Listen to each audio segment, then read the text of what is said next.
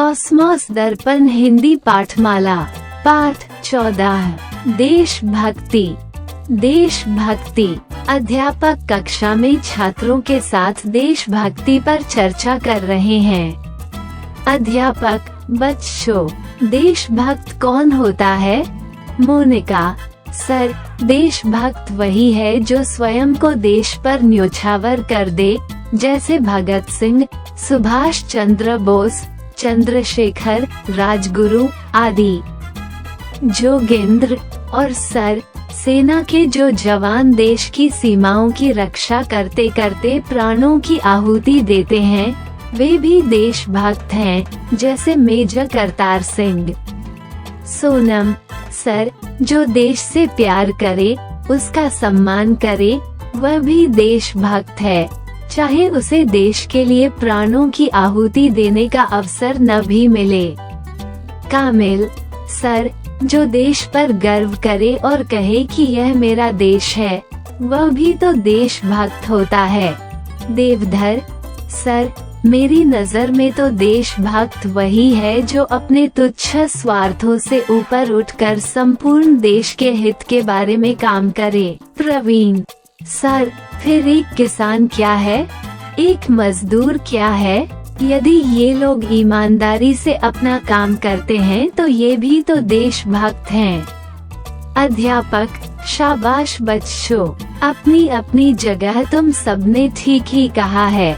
देश की रक्षा के लिए प्राणों की आहुति देने वाला, देश से प्यार करने वाला, उस पर गर्व अनुभव करने वाला, तुच्छ स्वार्थों से ऊपर उठकर देश की भलाई का ध्यान रखने वाला, या ईमानदारी से अपना काम करने वाला किसान, मजदूर, व्यापारी या कर्मचारी, ये सभी देशभक्त हैं। इसी संबंध में आज मैं तुम्हें 2-3 ऐसे उदाहरण देना चाहूँगा जो सिद्ध करते हैं कि देशभक्ति के अन्य रूप भी होते हैं। सब बच्चे ध्यान से सुनो। मेरे एक परिचित डॉक्टर हैं। वे काफी अनुभवी डॉक्टर हैं। वे रोगियों के सच्चे हितैषी हैं। अपने काम में वे ऐसे व्यस्त हो जाते हैं कि न तो उन्हें अपने खाने की चिंता रहती है और न ही आराम की। एक बार उनकी पत्नी ने मुझे बताया कि अस्पताल में जहरीली शराब के अचानक कई केस आ गए। रोगी पर रोगी आते जा रहे थे और डॉक्टर साहब उन सब की देखभाल कर रहे थे। किसी को इंजेक्शन, किसी को दवा, किसी की सफाई, किसी का बिस्तर बदलना, किसी के लिए भोजन का प्रबंध करना। डॉक्टर साहब लगातार पूरा दिन और पूरी रात व्यस्त रहे। उनके सहयोगी भी उनके साथ लगे रहे। डॉक्टर साहब ने रोगियों की भूख, प्यास और आराम का तो ध्यान रखा, पर अपना नहीं। जब मैं उनके लिए चाय कॉफी ले जाती तो वह भी ठंडी हो जाती। खाना खाने का तो प्रश्न ही नहीं, शायद उन्होंने पानी भी न पिया हो। एक बार तो उन्होंने मुझे झिड़क भी दिया। बोले, मेरे काम के समय विघ्न मत डाला करो। जब सब रोगी ठीक हो गए, तब कहीं जाकर उन्होंने ढंग से खाना पीना शुरू किया।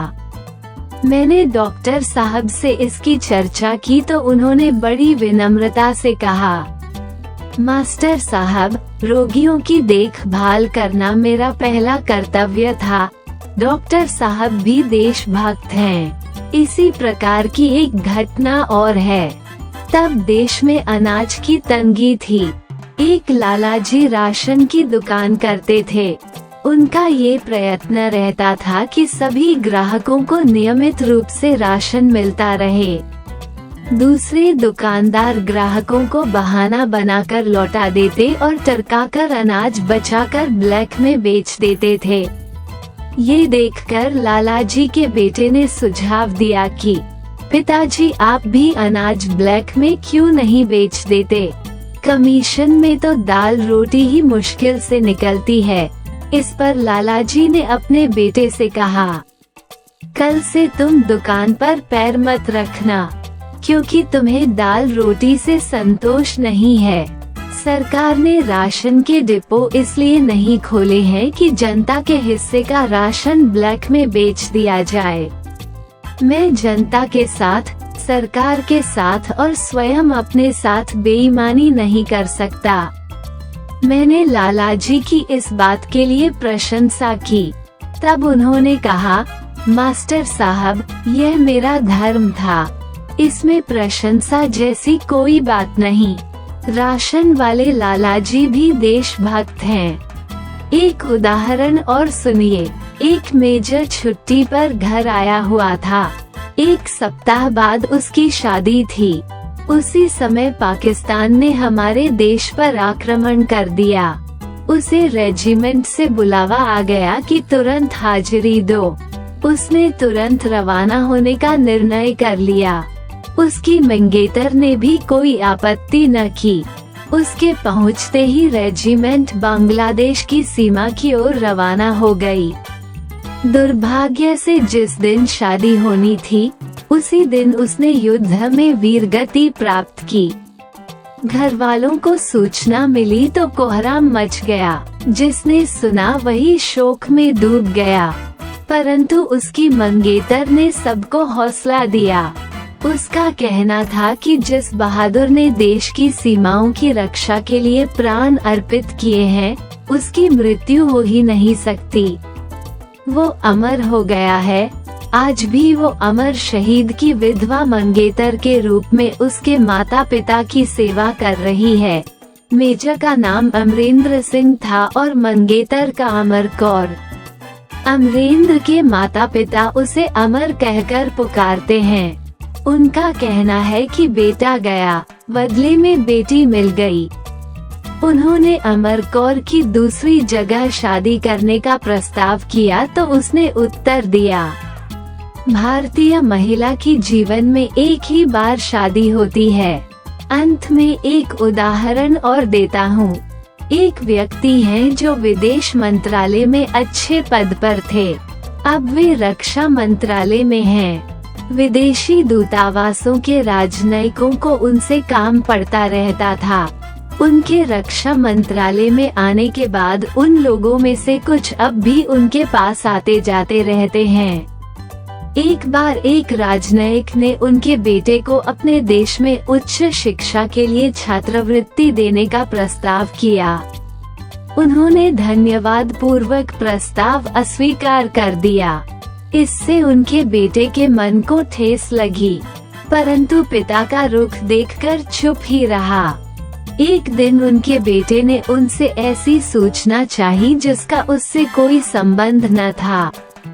सुनकर उनका माथा ठनका। उन्होंने कोई उत्तर नहीं दिया, उल्टे उससे पूछा, बेटे, मी-0 का उस राजनयिक का नाम कल तुमसे मिले थे? सुनते ही लड़का बोला, पिताजी, वे भले आदमी हैं। उन्होंने मेरी बड़ी सहायता की है। हमारे क्लब को $100 मासिक चंदा देते हैं। उन्होंने कई बार हमें डिनर भी दिया है। लड़के को टोकते हुए उन्होंने उससे पूछा, तुमने मेरे प्रश्न का उत्तर नहीं दिया क्या? एक एक शब्द पर जोर देकर, मी-0 का कल तुमसे मिले थे?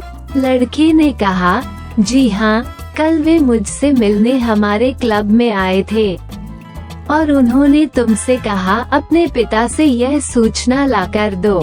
उन्होंने लड़के से पूछा। सुनकर लड़के को काठ मार गया। उसने कोई उत्तर नहीं दिया। उन्होंने लड़के पर निगाहें गाड़ दी। बोले, देखो बेटे, मैंने पंचतंत्र पढ़ा है, चाणक्य नीति पढ़ी है, आधुनिक राजनीति का भी मुझे ज्ञान है, सरकारी काम काज का मुझे काफी अनुभव है। तुम्हारा चुप रहना इस बात का सबूत है कि मी-0 ने तुमसे कहा था कि अपने पिता से यह सूचना लाकर दो। अच्छा, उन्होंने इसके लिए तुम्हें कितने $? दिए?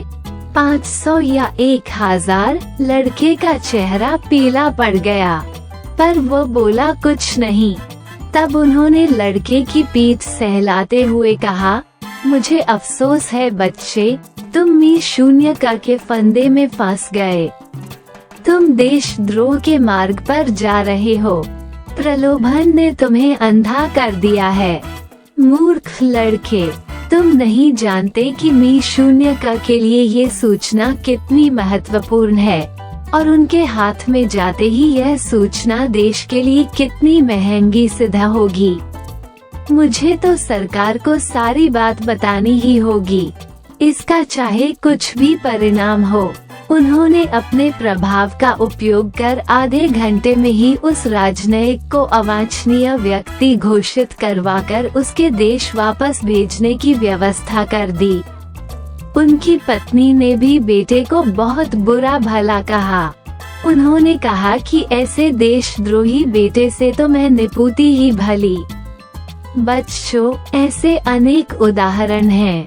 डॉक्टर हो या लालाजी या अमरेंद्र सिंह और अमर कौर, जो देश के प्रति अपना कर्तव्य निभाते हैं, देश की निस्वार्थ सेवा करते हैं, वे सभी देशभक्त हैं। देशभक्ति किसी व्यक्ति की, एक वर्ग की, एक जाति की बपौती नहीं।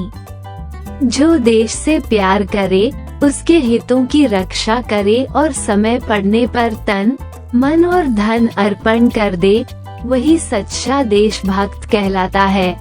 इसी प्रकार जो व्यक्ति ईमानदारी के साथ अपने कर्तव्य का पालन करता है, वह भी देशभक्त होता है।